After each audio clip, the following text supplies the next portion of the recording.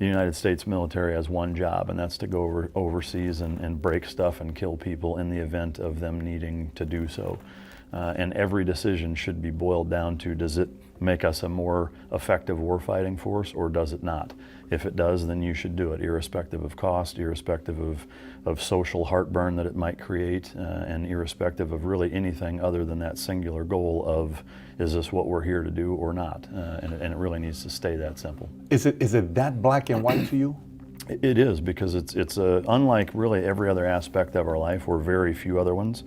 It's a mission or purpose built element where everything you do revolves around your ability to go places and be effective in terms of a warfighting force.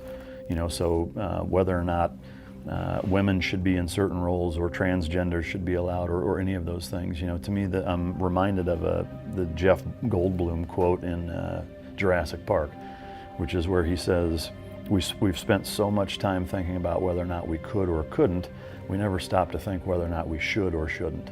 In relation to pulling the DNA out of a mosquito in amber or whatever. And to me, it's very much that way, is that trying to prove that women can do certain things, or that transgenders can fit into certain elements, to me, I think misses the boat. Is that to me, that's not the place to do that. If you want to have an experiment that way, then do it in the Olympics, do it in collegiate sports. First, if you want to try something out, try it there where people's lives aren't on the line, because if you'll notice, there's a pretty stark contrast between men and women in competition as it relates at a world-class level. Well, in the military, and especially in special operations, it's absolutely no different. There's a huge disparity between sexes when it comes to combative everything. Take the UFC as an example. There's a reason there's men and women's competition classes.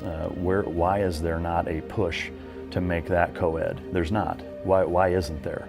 Why is there a push to have women Navy SEALs and women Rangers and Green Berets, but nobody gives a shit to have a 155-pound woman face Conor McGregor in the ring? Why not?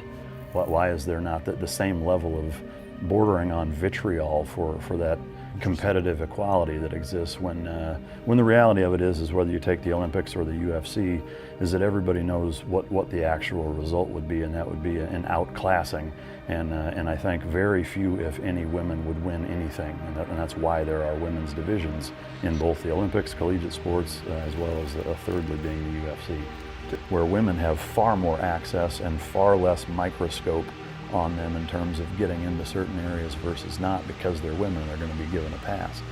In my opinion, and I can say 98.9% of all other special operators' opinions out there, former or active, mirrors that same thing.